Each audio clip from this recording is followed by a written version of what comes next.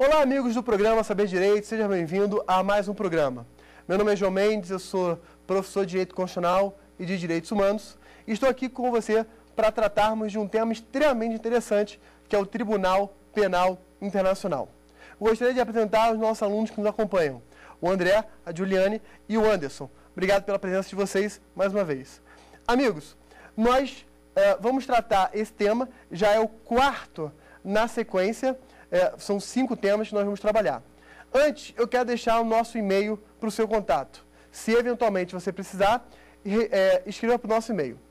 Nosso e-mail é saberdireito@stf.jus.br saberdireito@stf.jus.br. Não esqueça de, no corpo do e-mail, você identificar o professor e a disciplina para o qual nós vamos encaminhar a sua pergunta. Perfeito? Então, meus amigos, vamos somente recapitular o que a gente trabalhou na última aula. Na última aula, que foi a terceira, nós trabalhamos os sistemas regionais. São 3 sistemas regionais. O sistema europeu, fundado na Convenção Europeia de Direitos Humanos. O sistema africano, fundado pela Carta Africana dos Direitos Humanos e dos Povos. E o sistema interamericano, firmado pela Convenção Interamericana de Direitos Humanos e dos Povos, e aí nós trabalhamos dando maior ênfase ao sistema interamericano por ser o nosso sistema. Eu quero agora trabalhar o tema Tribunal Internacional. O Tribunal Penal Internacional, para ser bem compreendido, precisa de ser feito primeiro um levantamento histórico. Vamos ver, então, no período recente, na nossa história recente, quais são os principais marcos para que um Tribunal Penal Internacional permanente, como nós encontramos agora, seja criado. O primeiro marco que nós vamos ver é em 1920, onde é formulada formalmente uma proposta perante a Liga das Nações, até então existente Liga das Nações, para a criação de um Tribunal Penal Internacional. Proposta essa que não foi adiante. No contexto da Segunda Guerra Mundial, ainda durante a guerra, especificamente em 1943, as Nações Aliadas, chamadas Nações Unidas, vão se juntar ou vão firmar o compromisso de criar tribunais específicos para o julgamento dos criminosos de guerra. Essas Nações Aliadas, também as Nações Unidas, firmaram esse compromisso. Compromisso esse, não só esse, tantos outros, que deu origem, inclusive, à própria criação da ONU, da Organização das Nações Unidas. Em 1945, então, e em 1946, são criados 2 tribunais importantes, que é o Tribunal de Nuremberg, em 1945, e o Tribunal de Tóquio, em 1946.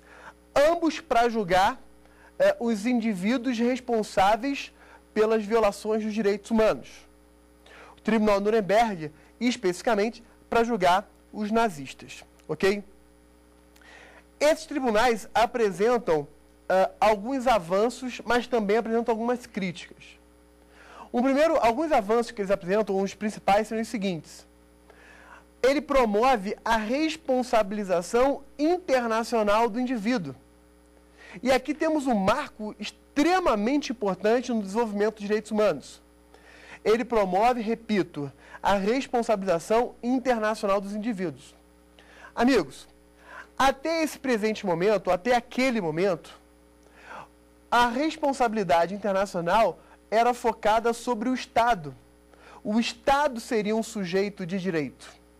Apenas o Estado. Aqui, nós encontramos não apenas o Estado, mas também o indivíduo. O indivíduo, ele próprio, passa a ser considerado sujeito de direito e de obrigações no plano internacional. Tanto ele é sujeito de obrigações no plano internacional, que ele pode, inclusive, vir a ser responsabilizado por violação a essas obrigações, especialmente obrigações decorrentes dos direitos humanos. E, efetivamente, é isso que acontece. Vários nazistas são levados a julgamento, inclusive com a condenação de vários, alguns prisão perpétua, outros por enforcamento, né? São condenados à morte por enforcamento. Esse seria um grande avanço do Tribunal de Nuremberg e do Tribunal de Tóquio, essa responsabilização internacional do indivíduo, criando ou fortalecendo para o indivíduo a condição de sujeito de direito internacional. Agora, em que pese esses avanços, há algumas críticas. Eu posso pontuar as seguintes críticas. Primeiro, é um tribunal pós-factum, ou seja, é um tribunal criado após o fato. É um tribunal ad hoc. É um tribunal criado para o ato. A expressão ad hoc significa criado para o ato. Pós-factum, após o fato, ad hoc para aquele ato. E é um tribunal composto pelos vencedores. Então nós temos os vencedores julgando os vencidos, por meio de um tribunal que foi constituído após o fato e apenas para aquele ato. Alguns chegam a dizer, então, que essas características seriam suficientes para identificar tais tribunais como tribunais de exceção, o que seria uma forma também de desrespeito às garantias processuais do indivíduo. Está aí uma crítica, ou algumas críticas severas e relevantes. Agora, em que pese tais críticas, as críticas realmente são importantes, mas em que pese tais críticas, considera-se que os avanços superam as críticas, especialmente por força da gravidade ou da dimensão que as atrocidades praticadas no período da Segunda Guerra Mundial alcançaram. Amigos, nós tivemos mais de 11 milhões de pessoas mortas, das quais 6 milhões de judeus. Foi um verdadeiro massacre, um verdadeiro genocídio, não só de judeus, mas de tantos outros grupos vitimizados, como ciganos, negros, homossexuais e tantos outros grupos que foram dizimados, massacrados pelo regime nazista. Então, essa gravidade ou essa dimensão sem igual na história das atrocidades praticadas no âmbito da Segunda Guerra Mundial dão uma legitimidade ao tribunal ou aos tribunais de Nuremberg e de Tóquio. Esses seriam os dois primeiros grandes e relevantes marcos no desenvolvimento para a criação de um TPI. Após esses tribunais terem existido, terem atuado, há um debate no âmbito da ONU sobre a criação do TPI. Esse debate, inclusive, chega a gerar a formação de uma comissão estudando a criação do TPI. É elaborado um relatório, um parecer, inclusive com uma proposta de criação. O problema é que, logo após a Segunda Guerra Mundial, começa a ideia de bipolarização mundial e, a partir da década de 50, essa bipolarização se agrava, começando, então, o que a gente chama de Guerra Fria. Durante todo o período da Guerra Fria, então, haverá uma paralisação no debate para a criação desses tribunais. Okay? O debate ele se restaura, ou ele é restaurado, após a Guerra Fria, ou seja, com a queda do Muro de Berlim e com o colapso da União Soviética. Em 1990, é apresentada uma nova proposta perante a ONU para a criação do TPI, e essa proposta é uma proposta formal, né, para a criação do TPI. Em 1993 e 1994, são criados outros dois tribunais extremamente importantes. Em 1993, o Tribunal para julgar os crimes praticados na antiga Iugoslávia. Em 1994, o tribunal criado para julgar os crimes praticados em Ruanda. Então, de um lado, a Iugoslávia, a antiga Iugoslávia, e outro lado, o estado de Ruanda. Perfeito? Esses tribunais também são caracterizados como tribunais ad hoc, tribunais pós-facto, ok? E há uma outra crítica relevante a tais tribunais. É o fato de que tais tribunais foram criados pelo Conselho de Segurança das Nações Unidas, ou seja, pelo Conselho de Segurança da ONU. Ora, o Conselho de Segurança, ele próprio, não é um órgão jurisdicional. Se ele não é um órgão jurisdicional, há um questionamento relevante sobre a sua competência para criar um órgão de natureza jurisdicional. Como um órgão não jurisdicional pode criar um órgão jurisdicional se não há previsão nos tratados internacionais especificamente para isso? Então, há um questionamento relevante sobre a própria legitimidade da criação do tribunal para a ex-Iugoslávia e para a Ruanda. Além também dos outros questionamentos, serem tribunais pós-factum e tribunais ad hoc. Em que pese tais críticas, novamente nós temos aquele argumento da gravidade das atrocidades praticadas na antiga Iugoslávia e praticadas em Ruanda. Atrocidades essas que dão legitimidade a um tribunal excepcional ou a esses dois tribunais excepcionais. Além disso, tais tribunais vão aprofundar aquilo que os tribunais de Nuremberg e de Tóquio começaram, que é exatamente a ideia de promover a responsabilidade internacional do indivíduo. Não somente o Estado responde por violações ao direito internacional, mas o indivíduo também responde por tais violações. Então, amigos, o Tribunal de Nuremberg, o Tribunal de Tóquio e, bem mais à frente, o Tribunal para a Antiga Iugoslávia e o Tribunal para... serão tribunais que contribuem para esse processo de atribuição ao indivíduo de uma obrigação internacional, tornando-o sujeito de direito internacional e, portanto, passível de ser responsabilizado, de novo, também no plano internacional. São contribuições extremamente relevantes. Além desses antecedentes históricos que eu comentei, são aqui os principais, obviamente há outros, eu estou apenas aqueles que seriam os mais relevantes. Nós vamos ter, após tais tribunais, o debate sendo aprofundado no âmbito da ONU, até que então é criado um órgão específico para fazer esse debate. E em 1998, a partir de uma conferência internacional, conferência essa que dura vários dias, ao término dessa conferência, é elaborado o Tratado Internacional que cria o Tribunal Penal Internacional. Esse Tratado Internacional é chamado de Estatuto de Roma, exatamente por ser Roma a cidade em que se sediou a conferência e que o tratado foi elaborado. Então, há um tratado próprio, chamado Estatuto de Roma, ou simplesmente Estatuto de TPI, criando esse tribunal. Amigos, atenção! Nós tínhamos comentado lá no Sistema Universal de Direitos Humanos que o primeiro documento importante foi a Declaração Universal de Direitos Humanos. Depois eu falei que também no sistema interamericano, o primeiro documento importante foi a Declaração Americana dos Direitos e Deveres do Homem. E eu tinha comentado que tanto no sistema universal quanto no sistema interamericano, as declarações, ambas as declarações, não eram tratados, eram apenas declarações. Cuidado, porque aqui no TPI, o documento que dá início ao processo de formação já é um tratado, não é uma declaração, não é uma resolução, é um tratado internacional próprio. Então, qual é a natureza jurídica do Estatuto de Roma? A natureza jurídica do Estatuto de Roma é de tratado internacional.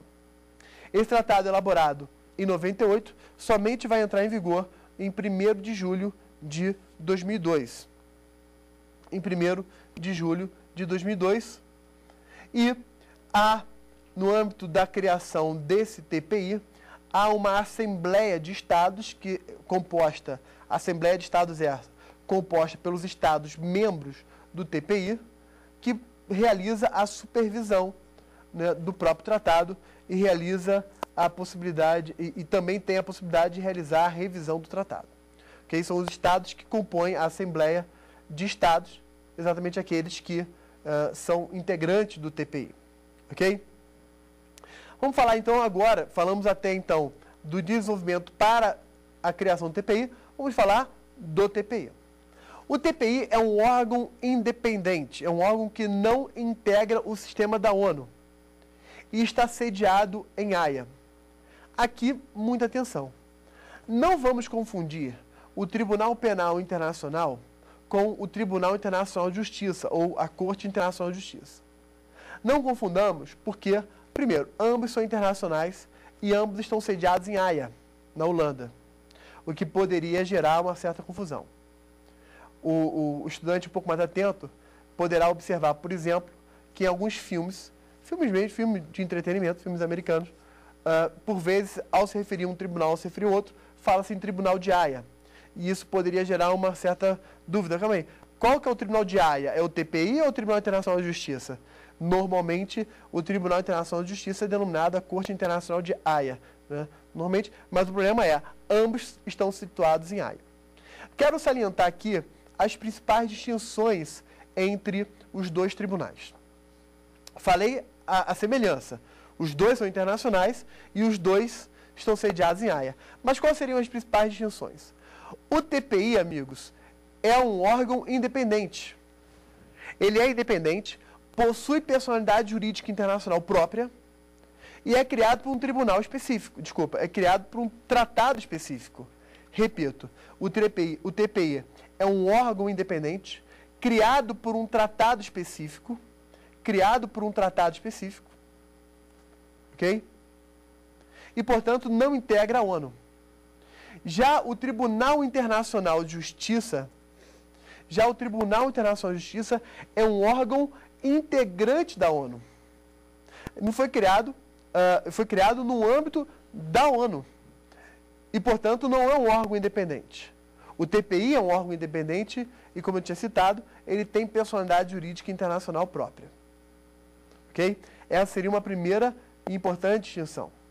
Uma segunda e também importante distinção é que o TPI julga pessoas responsáveis pela violação dos direitos humanos.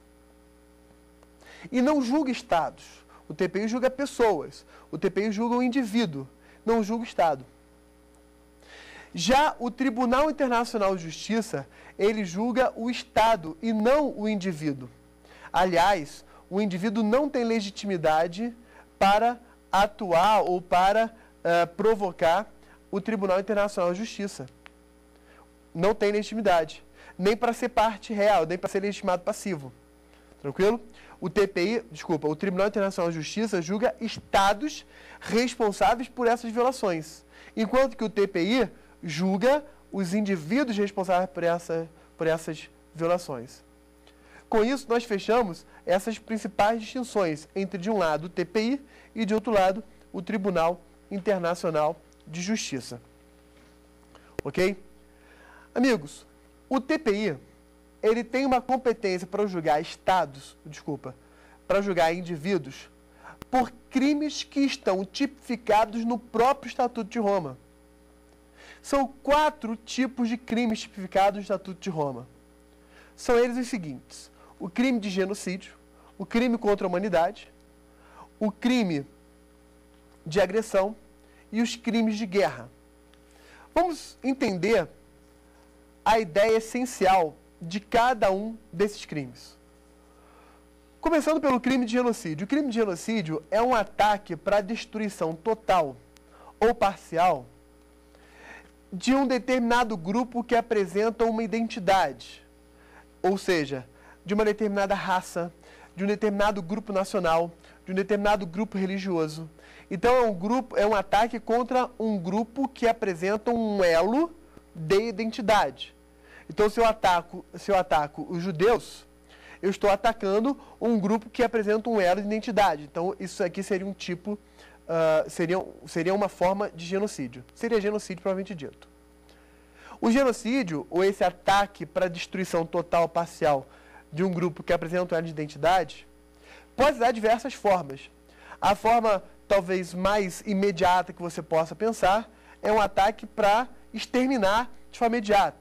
Né? Assassinar, matar os membros do grupo. Mas não apenas. Nós podemos encontrar, por exemplo, um processo de deslocamento forçado, onde o grupo é retirado de uma determinada região e levado para uma outra região, por exemplo, adversa, que a médio e longo prazo vai gerar a extinção daquele grupo. Um processo, por exemplo, de escravidão sexual, ou de esterilização em massa, ou um processo de infanticídio. São processos que talvez imediatamente não gerem o extermínio, mas que vai gerar uma destruição a médio e longo prazo. Ok? Seriam formas de genocídio. Eu apenas exemplifiquei algumas formas pelas quais o genocídio poderia ser praticado. Um segundo crime é o crime contra a humanidade. No crime contra a humanidade, nós também temos, ou nós também encontramos, o ataque contra um grupo. Só que aqui, amigos, não é um ataque contra um grupo com a mesma identidade, ou com o mesmo elo de identidade, uma mesma cultura, uma mesma raça, origem, nação. Aqui é um grupo é a população civil, de forma geral. Então não há esse mesmo elo de identidade. Da mesma forma, o crime contra a humanidade, ou seja, esse ataque generalizado contra uma população civil, pode se dar pelo extermínio, pelo uso, por exemplo, de armamentos que o direito internacional da guerra não permite, e o direito internacional da guerra, por exemplo, a gente vai falar posteriormente mais à frente, ok? Especialmente na aula que vem. Pode ser também deslocamento forçado de pessoas, escravidão sexual, a escravidão propriamente dita, né, laboral, digamos assim. Enfim, são várias as formas que existem de crimes contra a humanidade, tendo como ideia central sempre esse ataque generalizado contra uma população civil. Os crimes de guerra são crimes ou são violações contra as convenções de Genebra de 1949, contra as convenções de Genebra de 1949 e contra o direito da guerra. Meus amigos, as convenções de Genebra de 1949, elas estabelecem regras sobre o direito humanitário, ou seja, sobre o atendimento a socorros a feridos. O direito internacional da guerra estabelece, por exemplo, os tipos de armas, projéteis, bombas, mísseis que podem ser utilizados, como um tratamento, como um prisioneiro de guerra deve ser tratado. Enfim, o direito da guerra estabelece uma espécie de código de conduta mínimo no período das hostilidades, nos períodos de conflitos armados. Se houver a violação de qualquer dessas regras, haverá a caracterização de um crime de guerra e o indivíduo, então, pode ser levado a julgamento perante o TPI. E o quarto tipo de crime seria o crime de agressão. Crime esse que, originalmente, o Estatuto de Roma não tipificou, deixou em aberto. Previu expressamente o crime de agressão sem uma tipificação específica. Tranquilo? Então, são esses quatro tipos de crime, sendo que os três, somente três, originalmente apresentam a tipificação pelo próprio Estatuto de Roma. Amigos, vamos ver agora quais são, ou melhor, como se exerce a competência do TPI e depois quais são as penas que ele pode aplicar. A competência do TPI, ela é exercida sobre indivíduos que sejam membros de um Estado parte ou que tenham praticado o crime em um Estado parte do TPI. Então, que sejam membros do Estado parte ou que tenham praticado o crime em um Estado parte do TPI. A jurisdição do TPI se baseia ou vai ser exercida fundamentalmente a partir do princípio da complementaridade. Do princípio da complementaridade da jurisdição do TPI. O que é o princípio da complementaridade? O princípio da complementaridade significa que o TPI somente atua na hipótese de falência das instituições internas. Na hipótese de falência das instituições internas. Ou seja, o Estado em que a violação foi praticada ou o Estado do qual o indivíduo é membro buscou responsabilizá-lo, ou seja, definir a materialidade e a autoria, e efetivamente atuou na responsabilização desse indivíduo. Ora, se houve essa atuação efetiva do Estado em relação ao indivíduo, então, amigos, nesse caso, está afastada a jurisdição do TPI. Por outro lado, se nós verificarmos que há uma negligência, uma demora injustificada, ou que a jurisdição interna atuou sem que a responsabilidade tenha sido de fato praticada, ou sem que a responsabilidade de fato tenha sido efetivada, nesse caso, a jurisdição do TPI pode atuar. Então, ela é complementar à jurisdição interna. Vamos fazer um parênteses. Isso nos remete ao que eu também tinha comentado lá na terceira aula sobre a atuação da Comissão Interamericana dos Direitos Humanos, em que nós dissemos que a comissão só atua de forma complementar ou subsidiária à jurisdição interna. O TPI é a mesma coisa. Só atua o TPI quando a jurisdição interna não tiver atuado ou tiver atuado de forma inadequada. Uma situação bastante grave relacionada a essa ideia de complementaridade é a seguinte.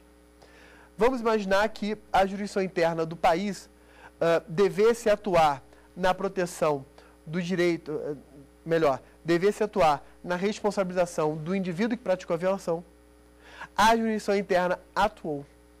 Só que a atuação que existiu foi marcada por um processo fraudulento ou foi marcada por uma pena ou por uma conclusão flagrantemente contrária aos direitos humanos. Vamos imaginar que o indivíduo era um ditador. Estou dando aqui um exemplo hipotético. O indivíduo era ditador, praticou graves violações de direitos humanos, veio a responder internamente por essas violações e foi condenado a uma pena irrisória, por exemplo, de fornecimento de uma cesta básica para uma instituição. Uma pena completamente desproporcional em relação à gravidade dos fatos praticados por ele.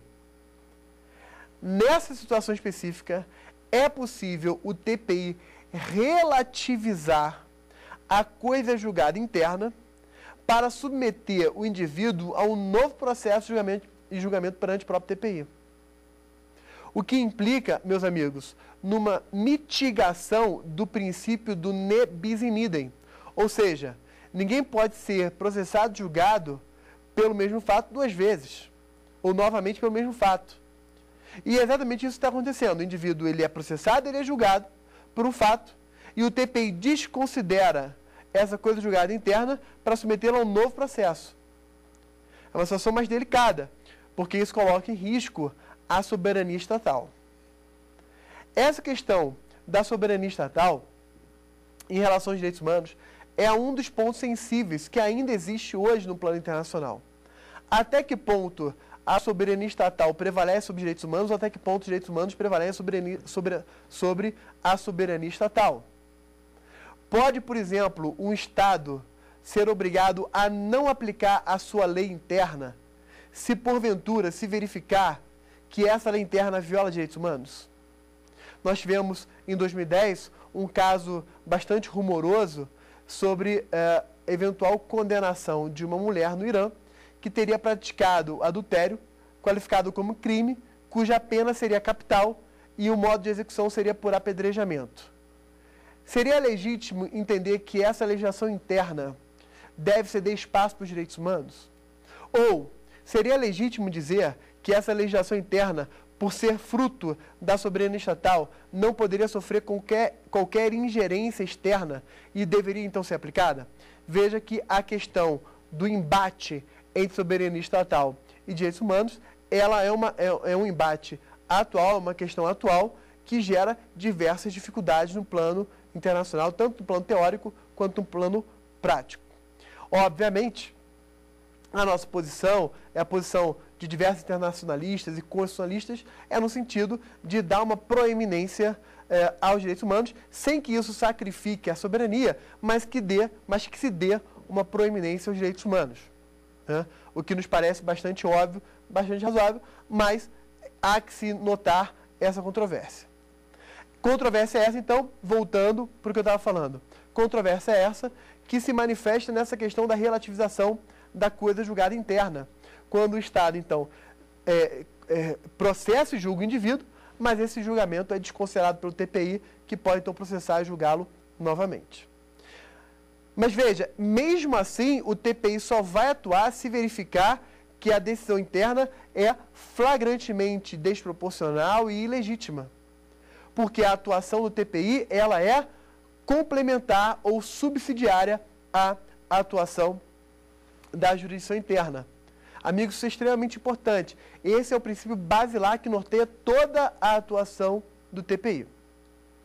Vimos então, amigos, quais são os crimes da competência do TPI e como essa competência deverá ser exercida, né, com respeito ao princípio da complementaridade. Vejamos agora como está estruturado o TPI. E, por fim, nós vamos deixar para ver a questão de alguns conflitos entre o Estatuto de Roma e a Constituição Brasileira. A estrutura do TPI ela é da seguinte forma. Há uma presidência com 2 vice-presidências, que faz toda a direção, tanto administrativa, jurisdicional, toda a direção do TPI está na presidência e nos 2 vice-presidentes. Além disso, existem os órgãos ou divisões judiciais no âmbito do TPI. Órgãos ou divisões judiciais no âmbito do TPI. Esses órgãos podem ser classificados ou enquadrados em 3 situações. Nós temos os órgãos de instrução